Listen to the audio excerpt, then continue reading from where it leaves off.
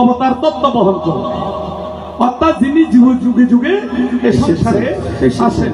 গীতার মধ্যে বলা হয়েছে যদা যদা হি ধর্মস্য গ্লানির্ভবতি ভারত यद्बुद्धानाम् अधर्मस्य तदात्मानं सृजम्यहं परित्राणे साधूनां विनाशाय च दुष्कृतं धर्मसंस्थापनार्थाय सम्भवामि युगे युगे।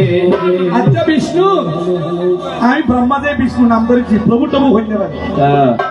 এখন তোমার কাছে একটা জানতে চাই, তুমি সত্য যুগে ছিলে, ত্রেতা যুগে রাম রূপে এসেছিলে, তারপরে তো বংশীদারে হইয়া কৃষ্ণ তুমি প্রবেশ হয়েছে, কলি যুগে গৌর রূপে তবে দেখা যায়, কলি যুগে গৌর রূপে তবে দেখা যায়, কলি যুগে গৌরাঙ্গ রূপে তবে দেখা যায়।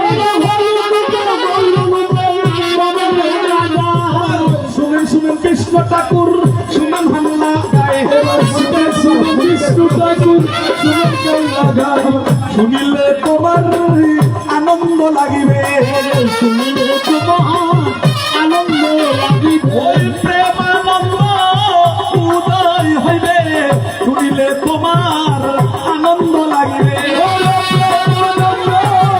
উদয় হবে, শুনিলে তোমার আনন্দ লাগিবে, আনন্দ উদয় হবে, শুনিলে তোমার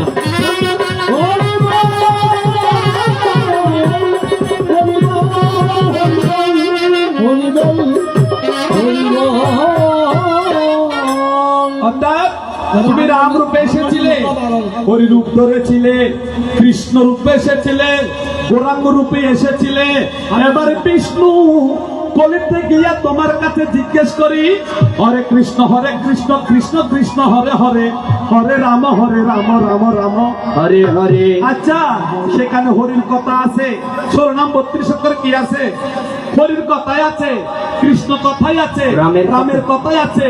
তুমি বিষ্ণু যদি কলিতে যদি গৌরাঙ্গ রূপে যদি অবতার হয়ে থাকো, তোমার গৌরাঙ্গ নাম কি?